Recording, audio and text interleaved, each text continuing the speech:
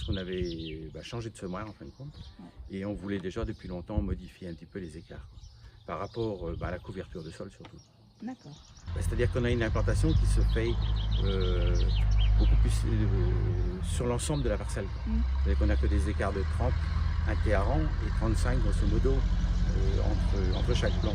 Donc le démarrage est un peu plus rapide.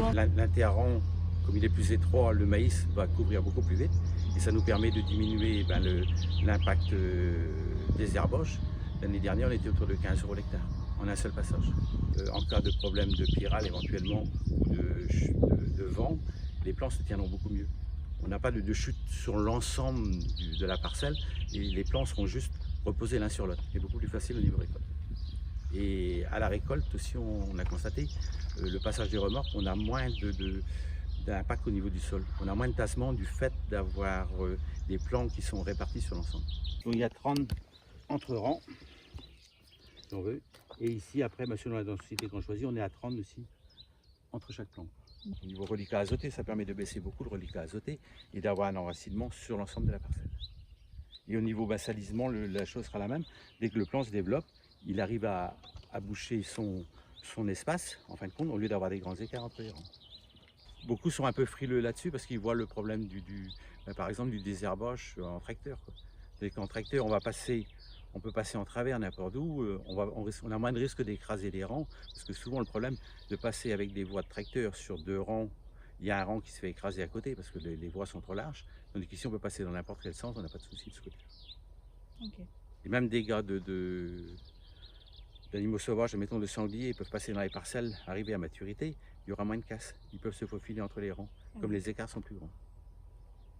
C'est pour ça. Et là, on a essayé cette année sur des betteraves à pâturer. Au lieu d'avoir des écarts de 45 comme on a les autres parcelles de betteraves, on les a semés à 25 et plus d'écart entre les rangs. Du moins plus d'écart entre les plants, pour permettre d'avoir justement une couverture optimale de retour. Là, on a semé des sorgho hier, c'est semé aussi à 30 d'écart pour avoir une couverture plus rapide aussi.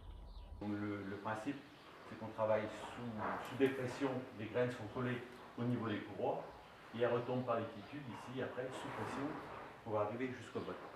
Donc là, on peut semer avec des écarts de 15, 30, du moins une botte sur 2, sur 3, sur 4, comme on dit, pour avoir les densités et les répartitions dans l'espace qu'on a. On peut vraiment cibler une répartition optimale au niveau de la parcelle. Donc là, nous sommes sur la même parcelle qui avait été vue au mois de juin, pour le semis de début juin. Et là, on est aujourd'hui au 13 juillet, donc on voit déjà le maïs, l'implantation qu'il a et le développement qu'il a avec les interrangs. Parce que là, on est bien sur du 30 interrangs, donc et du 30, 32, 33, 33 entre plants, avec une répartition qui semble optimale sur l'ensemble de la parcelle. Oui, la parcelle a été désherbée au début juillet, donc 1er juillet. Donc avec un coût ramené à l'hectare de 15 € du fait d'avoir, on travaille déjà en bas volume et on a des rotations qui sont assez longues, donc qui sont très diversifiées, ce qui permet de réduire les produits et d'optimiser en fin de compte par la répartition, et on a des très bons résultats sans que la parcelle soit propre à 100%. On est sur quelque chose qui est relativement propre, il y aurait juste un petit peu de fume de terre dedans. Et la chose qu'il peut y avoir en binage mécanique, on pourrait aller, admettons, la RC tri maximum, mais pour le coût de désherbage qu'on est actuellement, ça ne vaut pas le coup.